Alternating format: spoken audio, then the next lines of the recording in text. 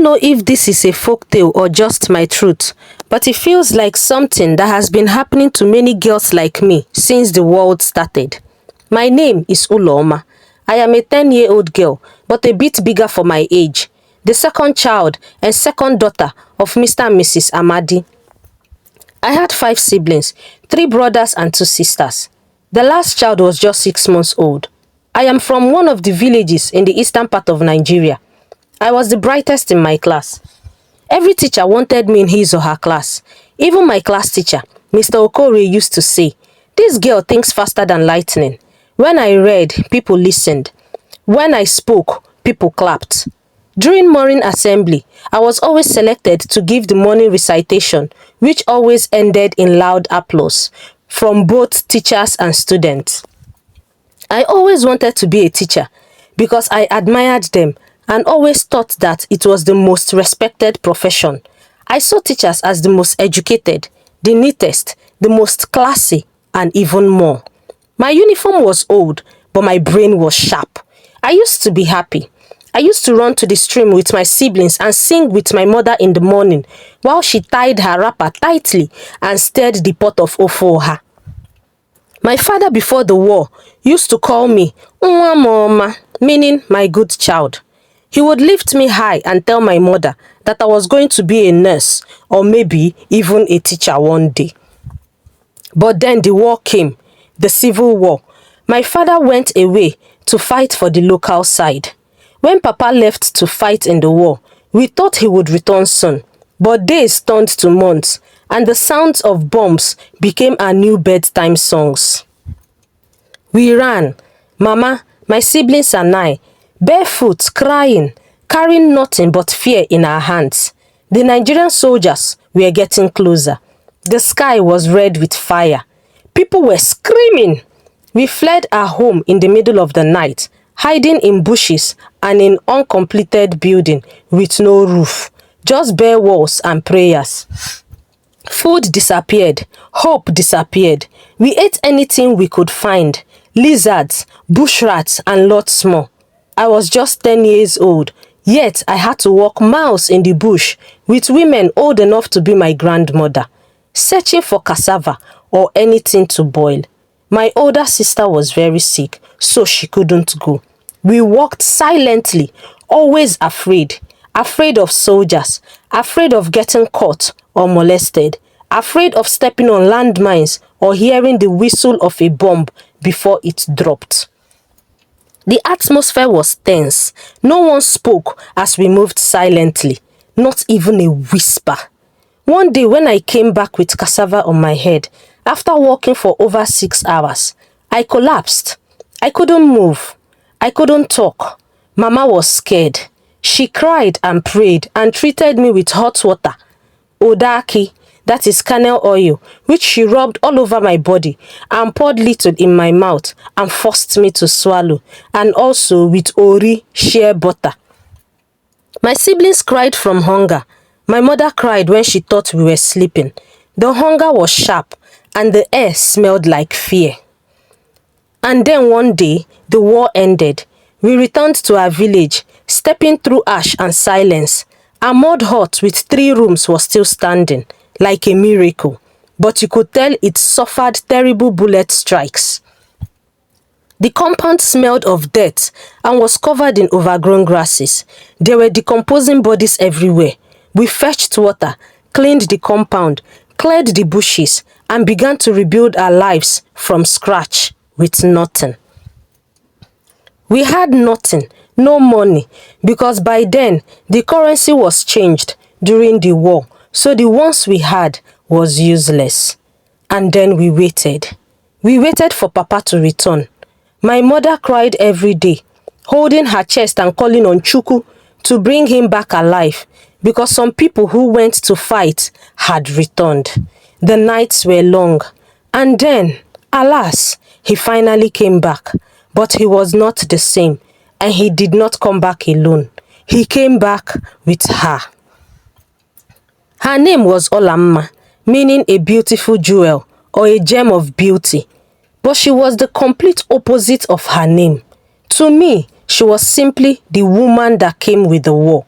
She was tall and proud, with large gold earrings that shook when she walked.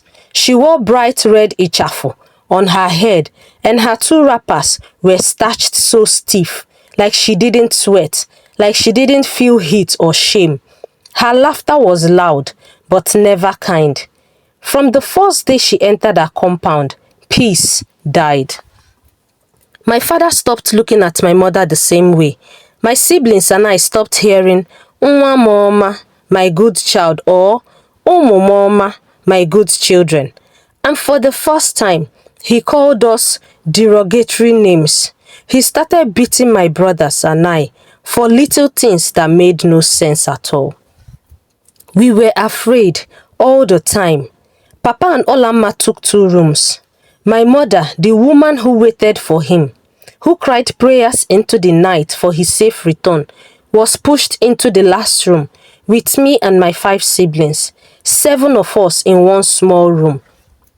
Sometimes we slept with our knees in each other's backs.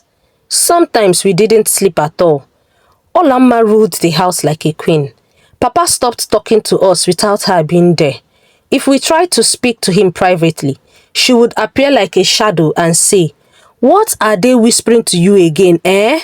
And just like that, the conversation would end before it even started. And whenever she gave her permission for us to speak to him, she must be present, and most times it was through the window. She made fun of my mother constantly, and Papa, my once loving father, would just laugh. He no longer gave us money.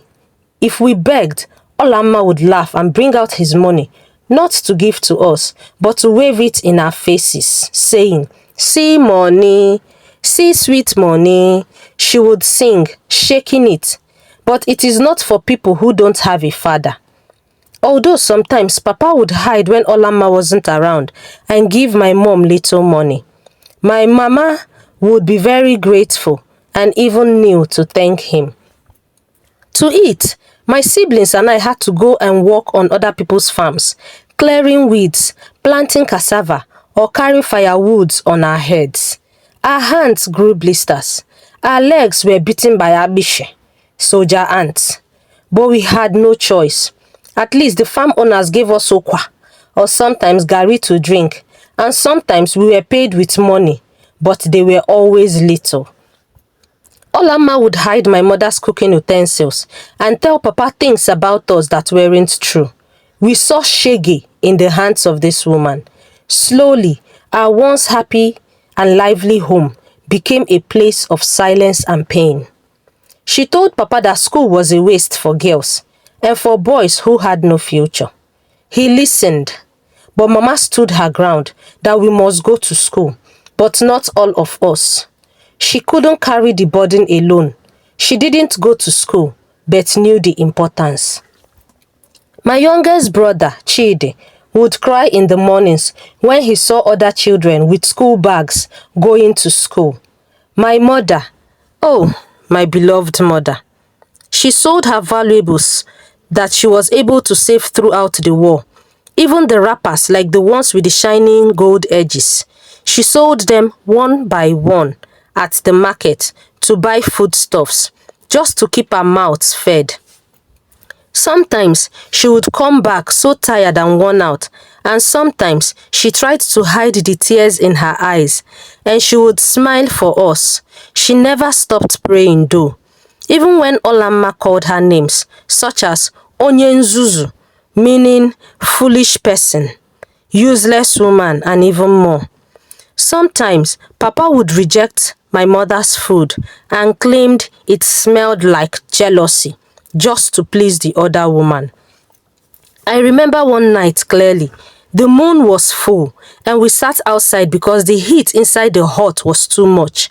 My mother was telling us a story about the tortoise who thought it was wise but ended in disgrace. Suddenly, Uloma stepped outside, looked at us and hissed loudly. "This one you people are laughing," she said. "You must be mocking me." Then she went inside and called Papa. My father came out after her, belt in hand. That was the night he beat us bobo. We screamed and screamed. Mama tried to stop him, but he pushed her and she fell to the ground. That was the night I stopped being a child. I was angry, but I was quiet. I was scared, but I was obedient. I hated her, but I could not say it aloud. I watched my brothers become shadows, my mother become thin, and my father become a stranger.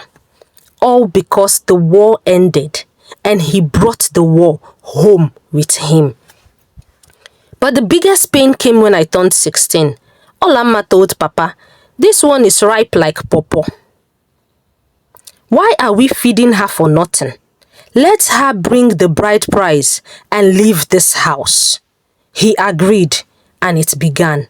I don't know how people got to know that Papa and Uloma wanted to give me out in marriage, because whenever I would come back from school, before I entered the compound, my mother would be waiting for me outside her compound to inform me that some suitors were with my father.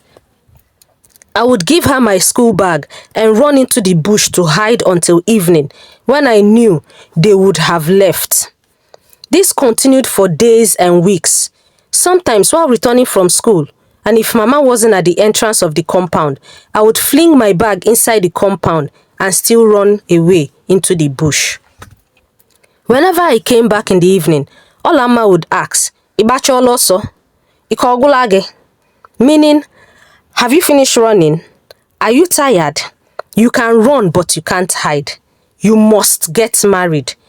Every day was a torture for me, but I was helpless and I knew I couldn't continue like this, especially when Papa and Uloma started threatening Mama and even went ahead to punish her. Finally, I was given to a man from another neighboring village who was far older than me and a mother-in-law from hell.